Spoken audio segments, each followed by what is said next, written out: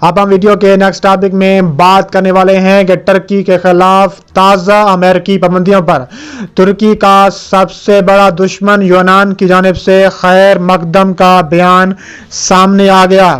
ترکی کے وزیر خارجہ مولود چاوش اولو نے باور کرایا ہے کہ ان کا ملک یورپی پابندیوں یا تنقید کے خوف سے بحیرہ روم کے مشرق میں اپنے حقوق اور مفادات سے ہرگز دستبردار نہیں ہوگا۔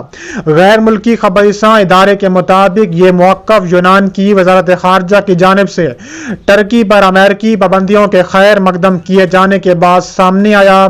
واشنگٹن نے مذکورہ پابندیاں انقرہ کے ماسکو سے روسی فضائی دفاعی نظام خریدنے کے جواب میں عائد کی ہیں۔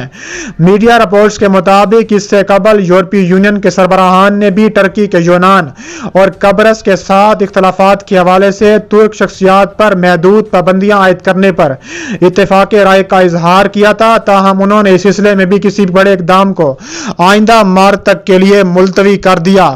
یونان کی وزارت خارجہ نے ایک بیان جاری کیا ہے، اس میں کہا گیا ہے کہ ان کا ملک نیٹو اتحاد کا رکن ہونے کی حیثیت سے امریکی وزارت خارجہ کے بیان کو اطمینان کی نظر سے دیکھ رہا ہے۔ امریکی وزارت خارجہ کے بیان میں ترکی دفاعی صنعت کے ادارے، اس کے سربراہ اسماعیل ڈیمر اور دیگر ذمہ داران پر بندیاں عائد کرنے کا اعلان کیا گیا تھا۔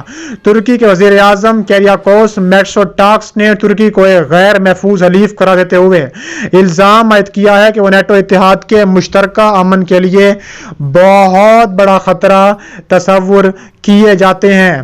اب ہم ویڈیو کے نیکسٹ ٹاپک میں آپ کو بتائیں گے کہ سعودی عرب کے اہم ترین علاقوں پر شدید گولہ باری سامنے آئی ہے۔ تفصیلات کے مطابق سعودی حکام نے بتایا ہے کہ یمن کے حوثی باغیوں نے سرحد پار سے مملکت کے جنوبی علاقے جازان میں گولہ باری کی ہے، تاہم اس کے نتیجے میں کسی قسم کا جانی نقصان نہیں ہوا۔ عرب ٹی وی کے مطابق جازان میں شہری دفاع کے ترجمان کرنل محمد بن یحییٰ الغامدی نے بتایا ہے کہ سرحد پار سے یمن کے ایرانی حمایت یافتہ حوثی دہشت گردوں نے جازان کے نواحی علاقے فضا میں گولہ باری کی۔ ایک گولہ سڑک کے کنارے گر کر پھٹا اور اس کے شیل دور تک گئے، تاہم اس حملے میں کسی قسم کا جانی نقصان نہیں ہوا۔ الغامدی کا مزید کہنا تھا کہ حوثیوں کی طرف سے کی گئی گولہ باری کا فوری اور مؤثر جواب دیا گیا ہے۔ درِ اثنا سعودی عرب اور امریکہ کی عسکری قیادت نے دو طرفہ دفاعی امور پر بات چیت کی ہے۔ غیر ملکی خبر رساں ادارے کے مطابق سعودی عرب کے chief of general staff lieutenant general Fayyadh bin Hamid Alruwaili نے امریکی جوائنٹ چیف آف سٹاف کے chairman lieutenant general Mark Milley اور ان کے ہمراہ وفد سے وسطی سیکٹر میں شاہ سلمان ایئر بیس پر ملاقات کی۔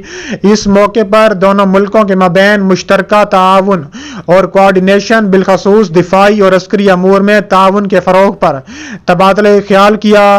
دونوں دوست ملکوں کی عسکری قیادت نے خطے کی سلامتی اور حفاظت کو یقینی بنانے کے لیے دہشت گردی کے خلاف جنگ میں تعاون جاری رکھنے کے عزم کا بھی اعادہ کیا ہے۔ اب ہم ویڈیو کے نیکسٹ ٹاپک میں آپ کو بتائیں گے کہ انڈونیشیا کا اسرائیل کو تسلیم کرنے سے صاف انکار، متعلق افواہوں پر رد عمل سامنے آ گیا، سچائی بیان کر دی۔ تفصیلات کے مطابق انڈونیشیا کی وزارت خارجہ نے بعض ذرائع ابلاغ میں شائع ہونے والی ان خبروں کی سختی سے تردید کی ہے جن میں کہا گیا ہے کہ انڈونیشیا کی حکومت اسرائیل کے ساتھ تعلقات معمول پر لانے پر غور کر رہی ہے۔ مرکز اطلاعات فلسطین کے مطابق انڈونیشیا کی وزارت خارجہ کی طرف سے جاری ایک بیان میں کہا گیا ہے کہ بعض ذرائع ابلاغ میں یہ افواہیں شائع ہوئی ہیں کہ انڈونیشیا کی حکومت اسرائیل کے ساتھ تعلقات استوار کرنے کی کوشش کر رہی ہے۔ بیان میں کہا گیا ہے کہ انڈونیشیا کی طرف سے اسرائیل کے ساتھ تعلقات معمول پر لانے کا کوئی فیصلہ نہیں کیا گیا۔ انڈونیشیا کے مقامی ذرائع ابلاغ نے وزارت خارجہ کے ترجمان تیوکو فائز شاہ کے حوالے سے بتایا ہے کہ وزارت خارجہ کے اسرائیل کے ساتھ کسی قسم کے روابط نہیں ہیں۔ اس کے ساتھ ساتھ انڈونیشیا کی حکومت اور وزارت خارجہ فلسطینیوں کی معاونت اور حمایت کا سلسلہ جاری رکھے ہوئے ہیں۔ ترجمان کا کہنا ہے کہ فلسطینی قوم کی معاونت ہمارے دستور کا بڑا حصہ قرار دیتی ہے۔ اب ہم ویڈیو کے نیکسٹ ٹاپک میں بات کرنے والے ہیں ناظرین گرامی، بہت بڑی بریکنگ نیوز سامنے آ رہی ہے کہ 5 ماہ کے دوران دوسری بار طالبان قیادت پاکستان پہنچ گئی۔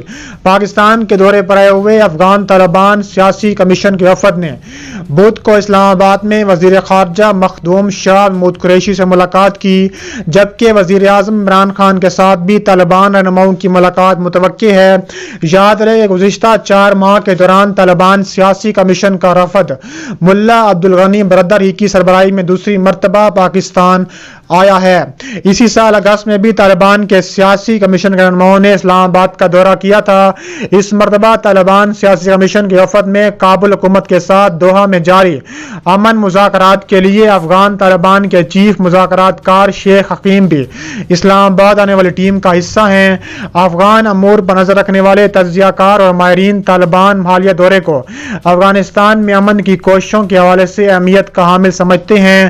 افغان امور کے ماہر اور سینئر صحافی رحیم اللہ یوسفزئی کا کہنا تھا کہ اب لگتا ہے کہ مسئلہ افغانستان کے تمام فریق امن کی کوششوں میں دلچسپی لے رہے ہیں۔ رحیم اللہ یوسفزئی نے کہا ہے کہ ماضی میں کابل حکومت افغان طالبان اور پاکستان کے درمیان رابطوں پر اعتراض کیا کرتی تھی، لیکن اب ایسا نہیں ہوتا۔ انہوں نے کہا ہے کہ گزشتہ 4-5 مہینوں کے دوران طالبان سیاسی کمیشن کے وفد کا اسلام آباد آنا یقیناً اہم ہے۔ یاد رہے کہ امریکہ اور طالبان کے درمیان اسی سال امن معاہدے کے طے پانے کے بعد گزشتہ کئی مہینوں سے کابل انتظامیہ اور طالبان کے درمیان قطر کے دارالحکومت دوحہ میں مذاکرات جاری ہیں، اور کہا جا رہا ہے کہ پاکستان اس کا مین فریق بنا ہوا ہے اور پاکستان طالبان پر زور دے رہا ہے کہ وہ امریکہ کے ساتھ تمام تعلقات بحال کرتے ہوئے صحیح امن معاہدہ کر لے۔ اس لیے پاکستان اور امریکہ کے تعلقات بھی بہت زیادہ اچھے ہو گئے ہیں۔ اب ہم ویڈیو کے نیکسٹ ٹاپک میں آپ کو بتائیں گے کہ مفادات کا تضاد خلیجی ریاستوں کے تعلقات میں بڑی رکاوٹ سامنے آ گئی۔ سعودی حکمران مستقبل میں ایران کے خلاف عائد پابندیوں میں ممکنہ نرمی اور اس کے نتیجے میں ایران کی اقتصادی ترقی سے شدید پریشان ہیں۔ یہی وجہ ہے کہ انہوں نے اپنی خارجہ پالیسی میں نظر ثانی کر کے بنیادی تبدیلیاں لانے کا فیصلہ کیا ہے۔ وہ اس بابت نہ صرف قطر بلکہ ترکی کے ساتھ بھی اپنی کشیدہ تعلقات میں بحالی لانا چاہتے ہیں۔ کویت کے وزیر خارجہ نے 4 دسمبر 2020 کے دن ایک بیانیہ جاری کیا جس میں کہا گیا تھا کہ 4 خلیجی ریاستیں سعودی عرب، متحدہ عرب امارات، بحرین اور مصر قطر سے قریب ہو رہی ہیں اور ان قریب ان کے درمیان موجودہ تعلقات کا بحران حل ہونے والا ہے، لیکن سیاسی حلقے اور عرب میڈیا ان کی اس رائے کو حقیقت سے دور اور خوش بین پر مبنی قرار دے رہے ہیں۔ بعض ذرائع ابلاغ یہ تاثر دینے کی کوشش کر رہے ہیں کہ قطر اور 4 عرب ممالک کے درمیان تعلقات میں کشیدگی کم کرنے میں امریکی صدر ڈونلڈ ٹرمپ کے مشیر اور داماد جیریڈ کرشنر نے اہم کردار ادا کیا ہے، لیکن یہ دعویٰ مکمل طور پر غلط اور حقیقت سے دور ہے۔ قطر اور 4 خلیجی ریاستوں میں تعلقات کا بحران حل کرنے کے لیے جتنی کوششیں بھی انجام پائی ہیں وہ کویت کی جانب سے ہیں۔ گزشتہ چند برس کے دوران امریکہ اور جیریڈ کرشنر نے نہ صرف قطر اور بعض عرب ممالک کے درمیان موجودہ بحران حل کرنے کی کوئی کوشش انجام نہیں دی، بلکہ الٹا اختلافات کی شدت کو مزید ہوا دی ہے۔ جیسا کہ امریکہ کے سابق وزیر خارجہ ریکس ٹیلرسن نے کہا تھا کہ خلیجی ریاستوں کے درمیان پائے جانے والے موجودہ بحران کی پہلی چنگاری وائٹ ہاؤس نے لگائی تھی۔ اسی طرح ڈونلڈ ٹرمپ نے اختلافات کی ساکھ کو مزید ہوا دینے کے علاوہ کچھ نہیں کیا۔ یہ سمجھنے کے لیے ڈونلڈ ٹرمپ کے گزشتہ ٹویٹر اور پیغامات پر ایک ہی نظر ڈالنا کافی ہے۔ موجودہ حالات میں قطر اور 4 خلیجی ریاستوں کے درمیان موجودہ بحران کے خاتمے کی بات کرنا بہت بڑی غلطی ہے، لیکن فی الحال دونوں فریق ان 13 شرائط کے بارے میں کسی نتیجے تک نہیں پہنچے جو کہ اس بحران کے آغاز میں سعودی عرب نے پیش کی تھی۔ اس وقت قطر اور 4 عرب ممالک سے مذاکرات کا فریم ورک طے پڑا ہے اور کہا جا رہا ہے کہ سعودی عرب قطر کے ساتھ کھڑا ہے اور دوسری جانب 3 ریاستیں قطر کے ساتھ تعلقات بحال نہیں کرنا چاہتی۔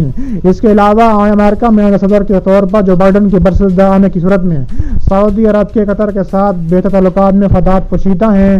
ویب سائٹ خلیج جدیدہ کے مطابق جو بائیڈن نہ صرف ریاض اور واشنگٹن کے درمیان ہنی مون کا خاتمہ کر دیں گے بلکہ ایران کے ساتھ جوہری معاہدے میں بھی واپس پلٹ آئیں گے۔